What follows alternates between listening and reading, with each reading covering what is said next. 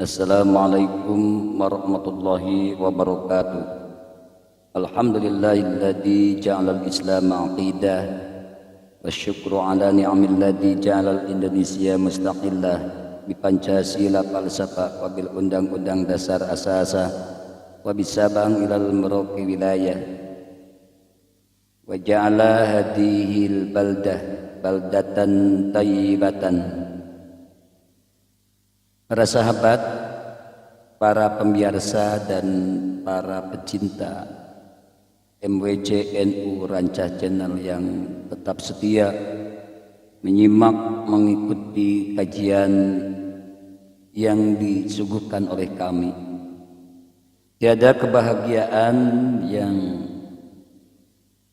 kami rasakan sekarang kecuali bisa menyapa, bisa berbincang, bisa bersilaturahmi dengan para sahabat semua walaupun hanya dalam media sosial, diiringi dengan doa semoga senantiasa para sahabat berada dalam lindungan Allah Subhanahu wa taala, diberkahkan rezekinya, dipanjangkan umurnya, disehatkan dan dilancarkan semua urusan.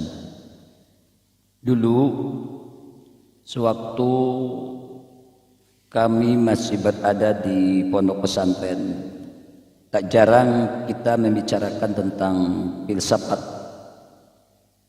Kita berbicara tentang ilmu kalam. Kita juga berbicara tentang ilmu logika. Namanya ilmu kalam, ilmu logika, filsafat sering membuat kepala menjadi pusing karena memikirkan makna dan makna. Mulanya kita berbicara tentang sifat dan yang disifati. Beberapa teori dimunculkan. Ternyata pembicaraan itu sampai pada sebuah kebingungan karena ilmu yang kita miliki memang tidak begitu banyak. Salah satunya adalah mengenai penciptaan makhluk oleh Allah Subhanahu wa taala. Akan tetapi ada satu hal yang ingin saya angkat dalam kesempatan kali ini, yaitu mengenai hakikat cinta atau mahabbah iblis terhadap Allah Subhanahu wa taala. Sebagaimana yang sudah kita maklum dan diketahui oleh mayoritas umat muslim bahwa iblis adalah makhluk Allah yang paling terkutuk, makhluk Allah yang pembangkang, makhluk yang termasuk ke dalam golongan malaikat, namun dia dianggap tidak taat kepada perintah Allah Subhanahu wa taala.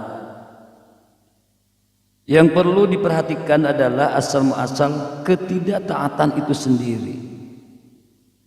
Ada sebuah pesan menarik yang mungkin bisa dijadikan bahan renungan oleh kita dari iblis oleh manusia. Kalau berbicara tentang ma'rifat atau pengenalan Allah, tentu iblis tidak perlu dipertanyakan lagi.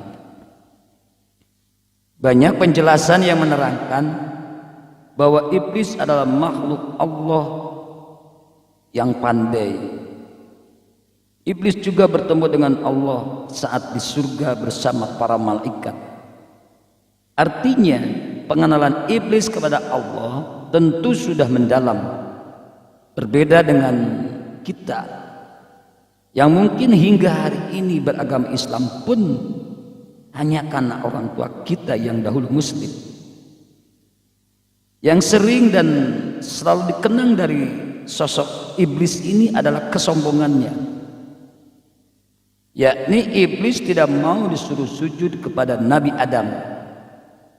Dalam percakapan yang umum diketahui bahwa iblis merasa tidak patut bersujud kepada Adam karena iblis diciptakan dari api yang konon menurut iblis lebih mulia, sedangkan Adam diciptakan dari tanah. Kita tidak akan membahas tentang itu.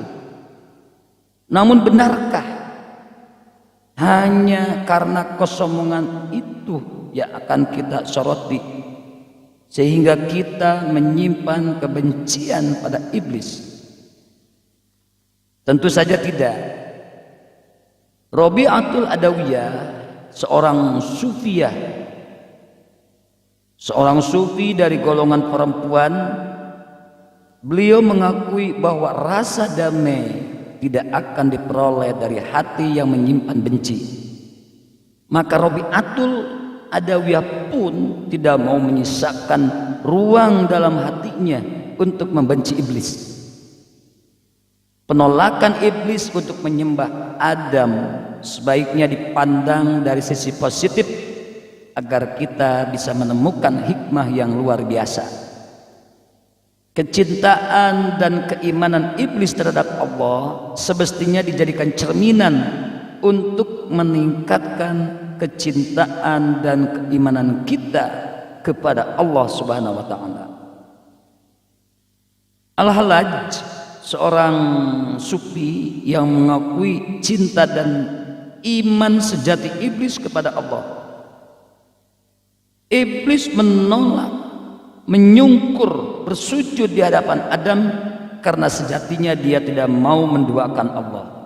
Saking cintanya iblis kepada Allah, dia rela menerima apapun kutukan Allah meskipun akan dibakar api neraka, dengan catatan tidak akan menyungkurkan diri di hadapan Adam alaihissalam. Ahmad Al-Ghazali, adiknya Imam Ghazali, beliau menilai bahwa manusia yang tidak tahu hakikat iblis masih belum beriman dan cenderung terperosok menduakan Allah. Artinya, bila kita hendak mencoba melihat penolakan iblis dari sisi positif, maka ketidaktaatan iblis dan kerelaannya untuk dikutuk sekalipun oleh Allah Subhanahu wa taala merupakan contoh keikhlasan dalam beriman yang sejati. Saya rasa hal ini tidak mudah untuk dipahami. Cerpen cerita pendek berjudul Gus Ja'far, karya kiai kita, guru kita Al-Mukarram Syekhuna Kiai Haji Mustafa Bisri, atau yang biasa dikenal dengan sebutan Gusmus. Tampaknya ini cerpen merupakan gambaran yang pas untuk mewakili cerita ini. Di dalam cerpen tersebut diceritakan seorang kiai sebagai seorang ulama, namun ternyata dia kelak akan masuk neraka dan dapat dijadikan analogi iblis. Kiai tersebut ikhlas dan rela serta tidak menyesal apapun keputusan Allah terhadap dirinya. Atau kita mencoba untuk mengingat kembali kisah Rabi'atul Adawiyah yang dahulu sering dikisahkan oleh guru-guru ngaji kita di pesantren. Rabi'atul Adawiyah hanya mengharap cinta Allah, bahkan beliau pun tidak keberatan kalaupun harus dimasukkan ke dalam neraka. Beliau justru berdoa, jika dia dimasukkan ke dalam neraka, maka jadikan tubuhnya membesar sehingga tidak ada lagi manusia yang bisa memasukinya. Sejauh pandangan saya, ini adalah bukti keikhlasan dan keimanan yang patut kita tiru. Keikhlasan beribadah bukan untuk mendapatkan pahala ataupun agar dimasukkan ke dalam surga, melainkan semata-mata untuk mendapatkan ridho, kasih dan sayangnya Allah Subhanahu wa ta'ala. Bagaimanapun bila kita terlalu mengedepankan pahala atau surga dalam beramal, maka secara diam-diam kita justru akan terjebak ke dalam syirik khafi, syirik kecil. Tanpa disadari kita beribadah bukan ikhlas untuk Allah, melainkan pamrih agar dapat pahala atau surga. Hal ini pernah dibahas dalam sebuah buku sufi yang pernah saya baca di kampus dulu. Salah satu pernyataan iblis yang disebut Azazil ini saat menolak dan menyatakan cintanya kepada Allah Subhanahu wa taala, itu diabadikan di dalam kitab At-Tawasin karya Syekh Mansur Al-Hallaj. Apa yang dikatakan iblis? Sesungguhnya tiada jarak yang memisahkan dikau denganku ketika tujuan tercapai kedekatan dan jarak adalah satu. Kendati aku ditinggal derita, keadaan itu akan menjadi karibku jika kasih itu satu. Bagaimana kita bisa berpisah? Dalam kemurnian yang mutlak, dirimu kuagungkan bagi seorang hamba dengan hati yang benar. Bagaimana dia menyembah sesuatu selain Engkau? Demikian ulasan perbincangan kami dulu di pesantren mengenai pernyataan Al-Hallaj terkait kesejatian cinta dan iman iblis kepada Allah Subhanahu wa taala. Sekali lagi, tentu ini sulit dan berat untuk kita terima. Tapi sekali lagi, saya hanya memberikan cara pandang yang lain, bahwa penolakan iblis, ketidaktaatan iblis atas perintah Allah bersujud kepada Nabi Adam, ketika kita melihat dari sisi yang lain, dari sisi yang positif, maka kita bisa mengambil manfaat dari kejadian tersebut. Perbincangan kami dengan sahabat di pondok pesantren, di kampus, sebenarnya tidak pernah berakhir. Pertanyaan terus bermunculan, termasuk mengenai eksistensi dan substansi neraka dan surga, serta mengenai ucapan iblis yang tampak sombong. Tapi apakah betul iblis melakukan tersebut semata-mata karena dia membangkang kepada Allah, atau ada sisi yang lain?